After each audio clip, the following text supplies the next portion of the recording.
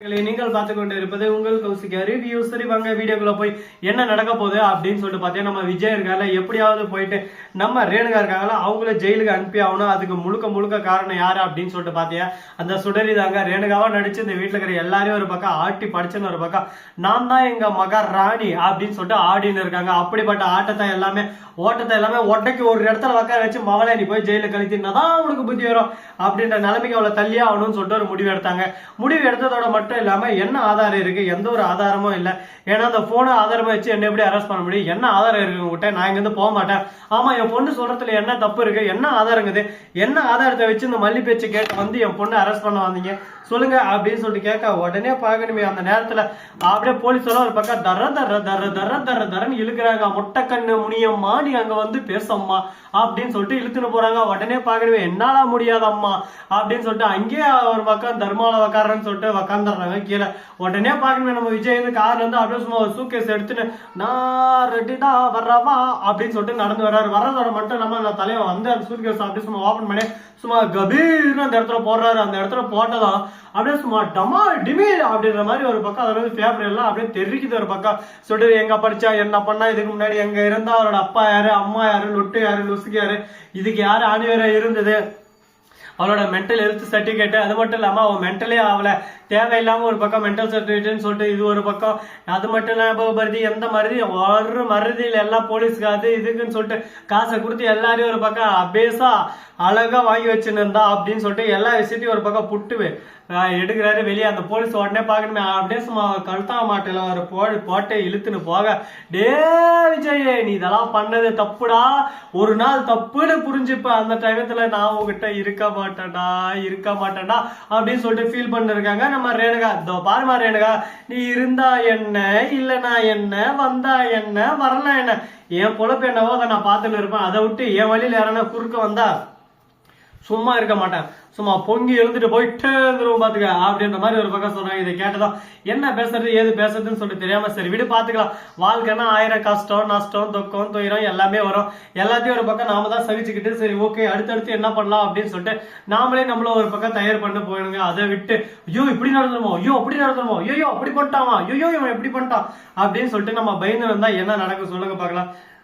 வாழ்க்கைன்றது ஒரு முறை தான், அந்த ஒரு முறை வாழ்க்கையை சந்தோஷமா அனுபவிச்சு ஒரு பக்கம் நான் என்ஜாயா வரணும். அப்பதான் வாழ்க்கையில நம்ம ஏதோ ஒண்ணு சாதிக்க முடியும், இல்லைன்னா வாழ்க்கையில ஒரு இதையும் சாதிக்க முடியாது. அதனால முடிஞ்ச வரைக்கும் என்னென்ன பண்ணுமோ அது எல்லாத்தையும் பண்ணிடணும் அப்படின்ற விஷயத்த ஒரு பக்கம் அடிச்சு சொல்லி ஆகணும். நம்ம ரேணுகா ஒரு பக்கம் தர்றன்னு இழுத்துட்டு போறாங்க. கதிரேசன் வந்து டே என் பொண்ணா இழுத்துட்டு போவாதீடா, என் கண்ணில் தண்ணி கலங்குறா, என் பொண்ணுடா, என் தங்கடா, அது என் தங்கமே அப்படின்னு சொல்லிட்டு கதறாரு ஒரு பக்கம் நம்ம தலைவர். அப்படியே கதிரேசன் டே வேணா விட்டுரு அப்படின்ற மாதிரி ஒரு பக்கம் விஜய் கதிரேசனை பார்க்க, கதிரேசன் வந்து டே விஜய் என் பொண்ணை என்கிட்ட பிரிச்சுட்டா, என் பேத்தியும் பிரிச்சிட்டேன், என் பொண்ணு பிரிச்சிட்டேன், உன்னை சும்மா விட மாட்டேன் அப்படின்னு சொல்லிட்டு கதிரேசன் சொல்ல, டே கதிரேசா நீ வாயில வடை சுடுவேன், தக்காளியிலே ஒரு பக்கம் நீ தக்காளி பஜ்ஜி வைக்குவேன் அப்படின்ற விஷயம் எல்லாம் எனக்கு தெரியும்.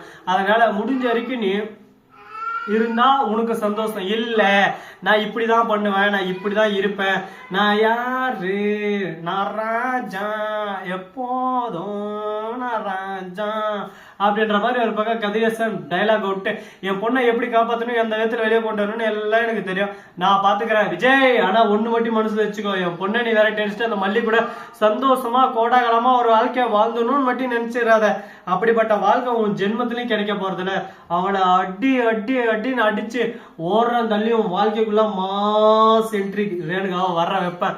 அதுக்கப்புறம் ரேணுகா தான் உன் வாழ்க்கை, ரேணுகா தான் வேற வழி இல்லை அப்படின்னு சொல்லிட்டு ரேணுகாவை கல்யாணம் பண்ணு, ரேணுகா சொக்க வைக்கும் ரேணுகா அப்படின்னு சொல்லிட்டு நீ பாட்டு பாடுவ, அந்த நிலைமை உனக்கு வர்றோம், கண்டிப்பா வர்ற வைக்குவேன் அப்படின்னு சொல்லிட்டு கதிரேசன் வாக்குறுதி கொடுத்துருங்க. கதிரேசா உன்னால முடிஞ்ச ஆனியா பிடுங்கிக்கும், அதை பத்தி எனக்கு கவலையே இல்லை அப்படின்னு சொல்லிட்டு நம்ம விஜய் ஒரு பக்கம் மாசா பேசிட்டு வெள்ளியும் மறுபக்கம் வெண்பாவையும் அழைச்சிட்டு போறாங்க. அது ஒரு சந்தோஷமான விஷயமா தான் இருக்கு. எப்படியோ 2 பேரும் சந்தோஷமா கிளம்புறாங்கடா. எப்பா இந்த மாதிரி ஒரு கண்கொள்ளா காட்சியை காண எவ்வளவு நாள் காத்துன்னு இருந்தோம், காத்திருந்து காலங்கள் போனதடி அப்படின்ற மாதிரிதான் ஒரு பக்கம் பாட்டு பாடினு இருக்காங்க. சரி காலமான போட்டு நேரமான போட்டு அதை பத்தி நமக்கு என்ன கவலை சொல்லுங்க பார்க்கலாம்.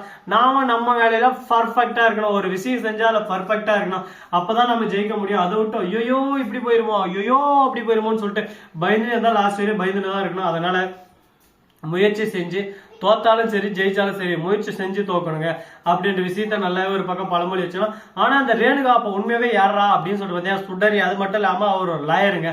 இன்னும் அது சுடரி வக்கீலா அப்படின்னு சொல்லிட்டு பார்த்தீங்கன்னா ஆடா ஆமாங்க சுடரி வக்கீலு தாங்க. அவங்க யாரு, எப்படியாப்பட்ட ஆளு, அவங்க லார்டு லபுக்கு தாஸ், அவங்களோட வரலாறு என்ன, அவங்களோட பூர்வீகம் என்ன அப்படின்ற ஒவ்வொரு விஷயமும் அப்படியே இன்ச்சா ஒரு பக்கம் உரிசி வைக்கிறாரு நம்ம விஜய். அதை பார்த்தா ஷாக் ஆயிடுறாங்க ஒரு பக்கம். என்னடா இவ்வளவு விஷயம் நடந்திருக்கா அப்படின்னு சொல்லிட்டு அதிர்ச்சியில உறைஞ்சு போயிட்டு இருக்காங்க. இதுக்கு மேல ஒண்ணும் பண்ண முடியாது. ஸ்ரீனிவாசா கோவிந்தா ஸ்ரீனிவாசா கோவிந்தா அப்படின்ற மாதிரி தான் ஒரு பக்கம் போயிட்டு இருக்கு. சரி இந்த மாதிரி எல்லாம் ஒரு பக்கம் போயிட்டு இருக்க, மறுபக்கம் என்ன நடக்குது அப்படின்னு சொல்லிட்டு பார்த்தீங்கன்னா வெண்பா வந்துடுறாங்க போலீஸ் கிட்ட. எனக்கு என் மல்லியம்மா கூட தான் இருக்கணும்னு ஆசை, ஆனா இவங்க வந்துட்டு தேவையில்லாம இவங்க கூட என்ன இருக்க வச்சுன்னு இருக்காங்க, எனக்கு சுத்தமா பிடிக்கல, என் வாழ்க்கை ஒரு பக்கம் நெருப்பா இருக்கு அப்படின்னு சொல்லிட்டு ரொம்பவே கோவப்பட்டு இருக்காங்க. நம்ம வெண்பா உடனே பார்க்கணும் சின்ன பொண்ணு அவளுக்கு பிடிச்ச இடத்துலதான் இருக்கணும், கோர்ட்ல சொல்ற சில மல்லி கூட தான் இருக்கணும்னு சொல்லிட்டு. ஆனா நீங்க ஏன் இந்த மாதிரி பண்றீங்க அப்படி இப்படின்னு சொல்லிட்டு ஒரு பக்கம் கோவப்பட ஆரம்பிக்கிறாங்க. அப்படின்னு சொல்லிட்டு தெரியாம கோபத்துல கொந்தளிச்சுன்னு இருக்காங்க. இந்த கொந்தளிப்பு இந்தளிப்பு எல்லாம் எங்களோட தான் இருக்குன்னு சொல்லிட்டு இல்லை. ஸோ நண்பர்களே இந்த வீடியோ பிடிச்சதா லைக் பண்ணுங்க, கமெண்ட் பண்ணுங்க, ஷேர் பண்ணுங்க, டிங் மேலே தட்டி விட்டு போங்க.